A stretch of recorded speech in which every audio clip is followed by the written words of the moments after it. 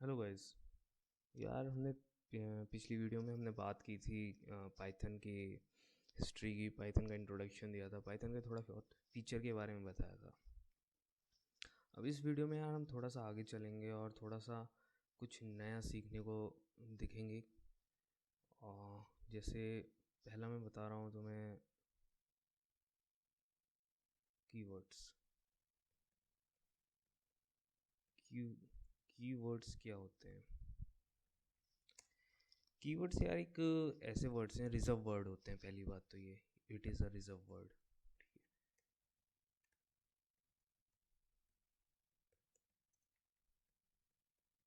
Reserve words होते हैं और इनको हम as a variable, as a function name और किसी आइडेंटिफायर के नाम पे हम इस कीवर्ड का यूज़ नहीं कर सकते हैं।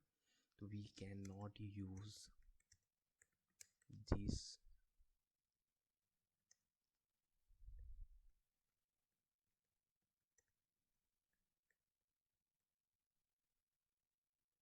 फंक्शन और वेरिएबल और आइडेंटिफायर नेम। तो ये जो कीवर्ड्स होते हैं ना, ये एक रिजर्व वर्ड्स होते हैं। रिजर्व वर्ड्स जो कि जो वर्ड ऐसे हैं जो पहले से ही हमारे कंपाइलर में, हमारे इंटरप्रेटर में पहले से ही हमारे पास सेव हैं। तो हम जो इन वर्ड्सों का यूज़ हम as a function name, as a variable name या एज एन आइडेंटिफायर नेम हम इनका यूज़ नहीं कर सकते हैं। तो ये जो कीवर्ड्स होते हैं पाइथन में, ये अप्रॉक्स तुम्हारे 32 के आसपास होते हुए, या 35 कीवर्ड्स होते हैं एग्जैक्टली। कुछ होते हैं उसमें से like false, true, none and break, continue, define के लिए DEF keyword, TL, class, lambda, while, if, else, elif. ये सारे जो वर्ड्स हैं ना, ये हमारे जो हैं ये कीवर्ड्स होते हैं। ये पहले से ही हमारे उसमें कंपाइलर में रहते हैं और इनका यूज़ हम as a function name, variable name और आइडेंटिफायर नेम की तरह नहीं कर सकते हैं। याद रखना, आइडेंटिफायर की और फंक्शन नेम या वेरिएबल नेम में हम कीवर्ड्स का नाम नहीं डालेंगे। वो गलत है, वो फॉल्स हो जाएगा, वो हमें एरर देगा। अब यार ये आइडेंटिफायर क्या होता है? तो जो पाइथन में जो आइडेंटिफायर होता है, वो किसी भी वेरिएबल को, फंक्शन को या क्लास को कह लो, इन सबको आइडेंटिफाई करने के लिए हम यूज़ करते हैं। तो आइडेंटिफायर एक तरह से एक नेम हो गया किसी भी वेरिएबल का। ठीक है, किसी भी वेरिएबल का, फंक्शन फंक्शन का,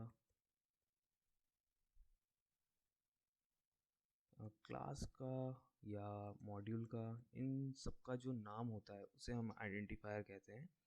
और इसको लिखने के यार कुछ रूल होते हैं। आइडेंटिफायर करने के कुछ रूल होते हैं कि कुछ रूल ऐसे हैं कि पहला रूल तो ये समझ लो कि आइडेंटिफायर को हम कभी भी किसी डिजिट के साथ स्टार्ट नहीं करेंगे। कैन नॉट स्टार्ट विथ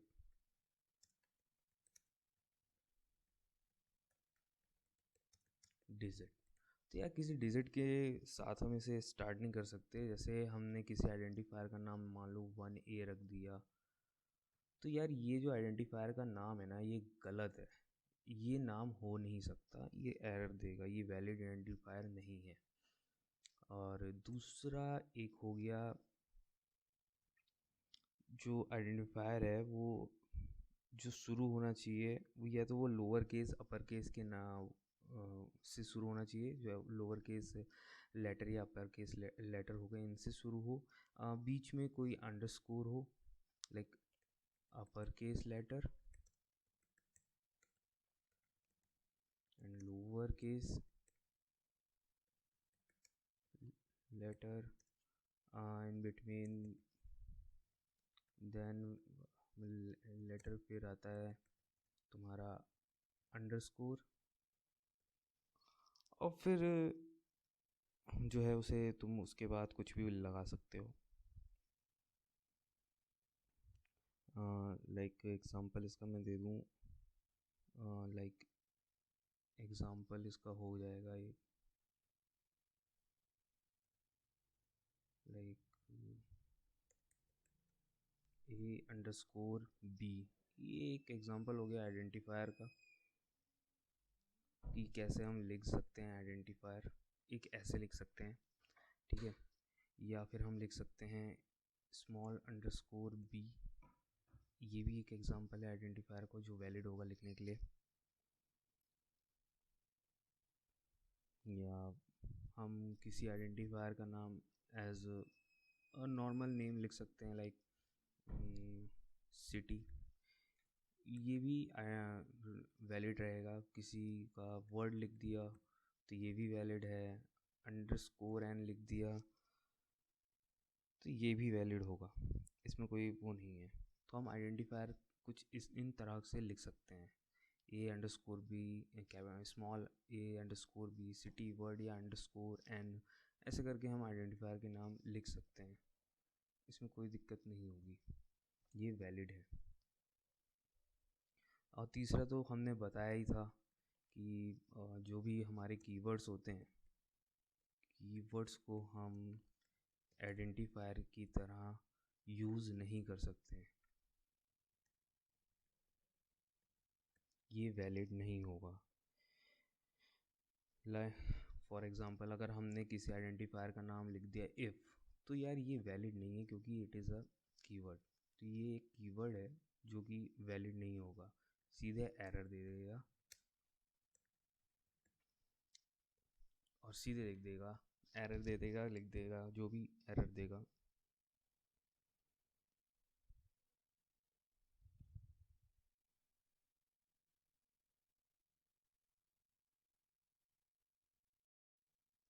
तो यार नेक्स्ट टॉपिक है हमारा कमेंट्स। तो कमेंट्स क्या होते हैं कि जो हमारे ऐसे हम सेंटेंस लिखें, ऐसे कुछ वर्ड्स लिखें जो हम नहीं चाहते कि हमारे आउटपुट में वो दिखे, तो उसको ना दिखने के लिए हम कमेंट का एक यूज़ करते हैं।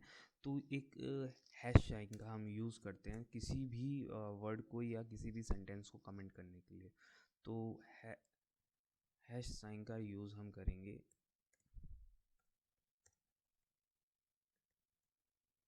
किसी भी वर्ड को या किसी भी लाइन को, किसी भी सेंटेंस को कमेंट करने के लिए। इसमें ये होता है कि कोई भी, मान लो हमारा कोई भी सिंपल सा आउटपुट हमारा होना है, वो होना है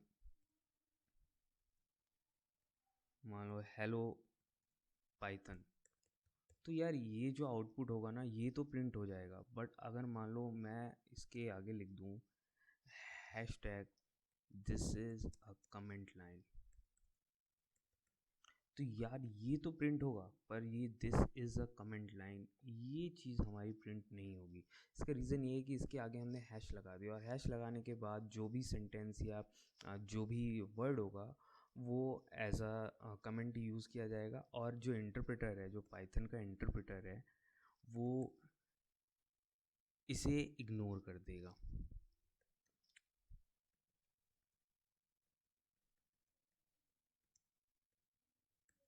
इसे इग्नोर कर देगा, इस चीज़ को जो है वो प्रिंट नहीं करेगा। तो यार नेक्स्ट टॉपिक है हमारा वेरिएबल। तो वेरिएबल क्या होता है? वेरिएबल कंप्यूटर मेमोरी में एक स्पेस को रिज़र्व करने के लिए है, जिसमें हम कोई भी वैल्यू डाल सकते हैं। वो वैल्यू का डेटा टाइप कुछ भी हो सकता है, डिपेंड ऑन द, आप पे डिपेंड कर रहा है आप किस तरह के डेटा टाइप के वैल्यू उसमें डाल रहे हो। तो यार ये पाइथन है, इसमें पहली बात हमें डिक्लेरेशन की ज़रूरत तो पड़ती नहीं है।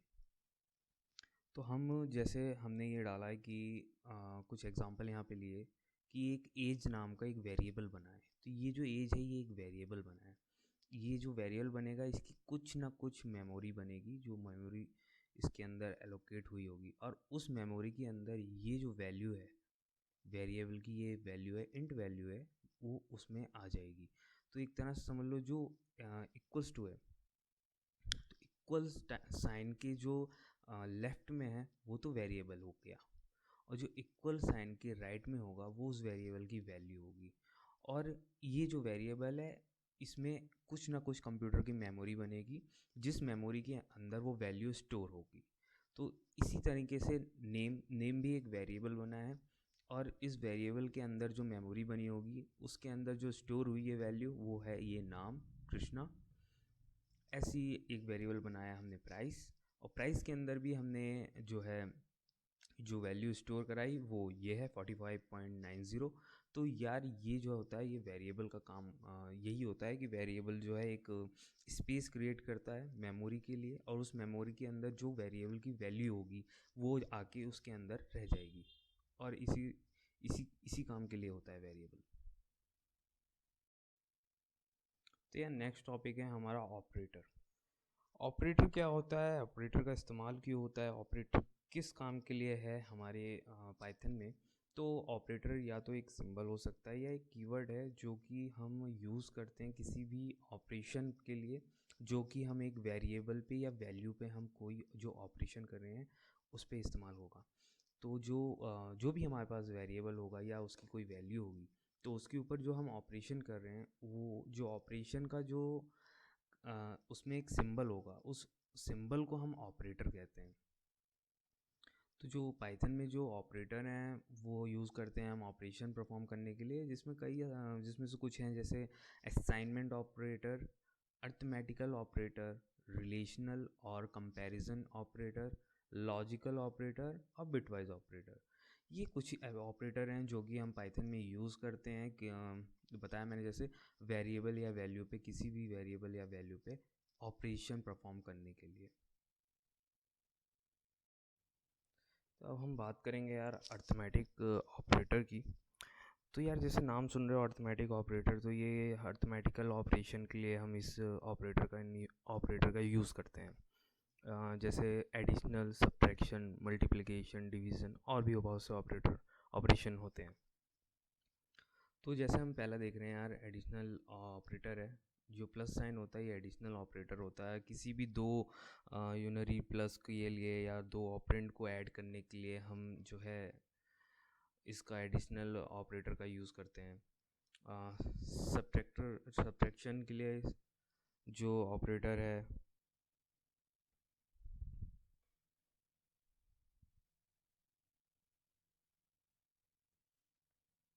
तो सब्ट्रैक्शन के लिए ऑपरेटर जो है वो माइनस साइन का हम यूज़ करते हैं। ये जो है राइट ऑपरेंड को लेफ़्ट से, मतलब जो हमारा राइट ऑपरेंड है वो जो है लेफ़्ट से माइनस हो जाता है, या फिर हम इसका यूनरी माइनस ऑपरेशन के लिए भी यूज़ करते हैं। जो मल्टीप्लिकेशन ऑपरेटर है उसका हम किसी भी दो ऑपरेंड के मल्टीप्लिकेशन के लिए हम इस ऑपरेटर का यूज़ करेंगे। डिवीज़न ऑपरेटर है, ये हमारा जो है डिवाइड करता है लेफ़्ट ऑपरेंड को, मतलब divide left operand by right operand. और जो इसका रिज़ल्ट होता है वो रिटर्न जो होता है रिज़ल्ट वो फ्लोट में आता है।